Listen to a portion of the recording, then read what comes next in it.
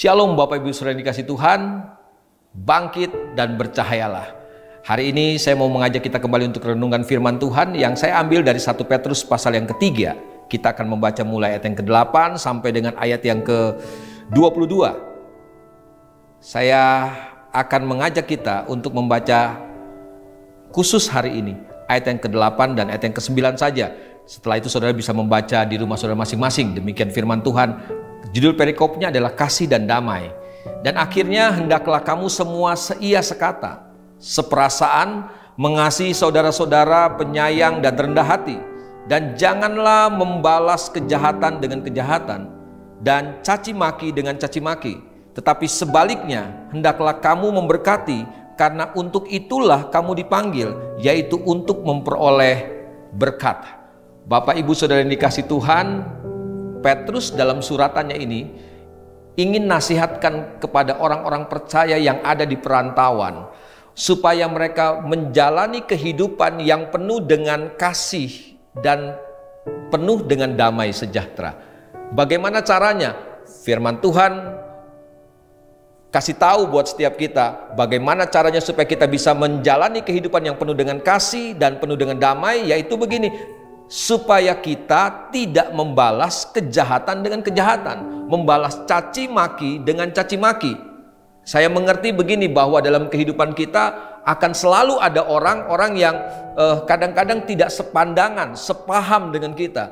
Dan karena tidak sepandangan, tidak sepaham dengan kita, kadang-kadang mereka jadi orang-orang yang paling memungkinkan untuk mengecewakan kita, untuk menyakiti kita. Dan firman Tuhan yang kita baca hari ini ingin ingatkan buat setiap kita bahwa kita nggak boleh membalas, kita tidak harus membalas orang-orang yang berbuat jahat kepada kita. Alkitab katakan jangan membalas kejahatan dengan kejahatan, jangan membalas caci maki dengan caci maki. Saya tahu memang kadang-kadang perbuatan orang-orang itu menyakitkan, mengecewakan buat setiap kita.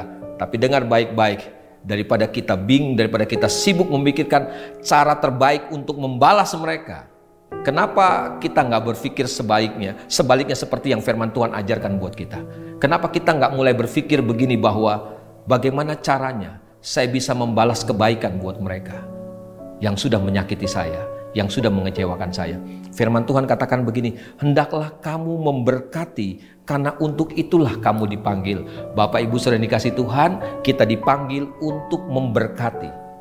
Tidak terkecuali orang-orang yang pernah mengecewakan kita, tidak terkecuali orang-orang yang sudah menyakiti kita. Kepada mereka kita harus memberikan berkat-berkat yang Tuhan berikan buat setiap kita. Karena firman Tuhan katakan untuk itulah kamu dipanggil, yaitu untuk memperoleh berkat. Firman Tuhan kasih tahu buat setiap kita begini, bahwa Tuhan memberkati kita. Tuhan punya rencana ingin memberkati kita, akan memberkati kita. Supaya apa? Bukan supaya hidup kita lebih enak dari orang lain. Ternyata saya mengerti dari pembacaan hari ini bahwa gini, Tuhan memberkati kita dengan tujuan supaya begini, kita punya sesuatu yang kita bisa berikan kepada orang lain ketika orang lain mengecewakan kita, ketika orang lain menyakiti hati kita. Kalau kita, saudara bayangkan, kalau kita nggak punya sesuatu yang bisa kita berikan, maka ketika orang kecewakan kita, maka nggak heran kita membalasnya dengan mengecewakan. Bapak Ibu Saudara dikasih Tuhan, percayalah begini, Tuhan sudah berkati kita dari semua berkat yang Tuhan berikan. Entah itu sukacita, entah itu damai sejahtera, entah itu kesehatan, entah itu kekuatan, entah itu berkat-berkat keuangan. Percayalah begini, dari semua berkat itu Tuhan mau kita berkati orang lain, bahkan orang-orang yang pernah mengecewakan dan menyakiti kita.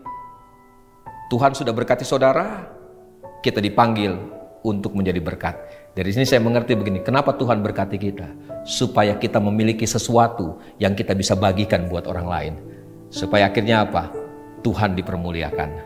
Bapak Ibu Saudara kasih Tuhan, jangan tangisi, jangan biarkan hatimu dikuasai oleh kekecewaan, oleh sakit hati. Saya mau katakan hari ini, percayalah Tuhan menyiapkan berkat-berkat terbaik buat hidupmu. Tuhan memberkati setiap kita. Tetap semangat. Mari kita tundukkan kepala, kita satu dalam doa. Bapa dalam surga, kami datang kepadamu mengucap syukur buat firman-Mu hari ini. Kami mengerti hari ini sekarang bahwa kenapa Tuhan berkati kami. Kenapa Tuhan cukupkan segala keperluan kami. Supaya kami punya sesuatu yang bisa kami bagikan buat orang lain. Ternyata kami mengerti Bapa bahwa Tuhan berkati kami bukan supaya kami sekedar bisa menikmati hidup yang lebih enak dari orang lain, bukan sekedar itu Tuhan. Tetapi ketika kami berjumpa dengan orang lain, bahkan ketika kami berjumpa dengan orang-orang yang mengecewakan kami, menyakiti kami punya sesuatu yang bisa kami bagikan buat mereka, supaya mereka tahu bahwa ada kasih Tuhan dalam hidup kami, ada damai sejahtera Tuhan dalam hidup setiap kami. Terima kasih Bapa Surgawi buat firman-Mu hari ini. Kami percaya Bapa, berkat Tuhan melimpah atas setiap kami, supaya kami jadi berkat. Terpujilah Engkau Tuhan, Allah yang hidup, Allah yang besar, Allah yang memberkati kehidupan kami, yang menjagai kami hari demi hari. Demi nama Yesus Kristus Tuhan, kami berdoa mengucap syukur kepada Bapa di surga. Kami terima firman-Mu hari ini. Amin. Bapak Ibu saudara dikasih Tuhan, ingat kita diberkati untuk menjadi berkat. Amin.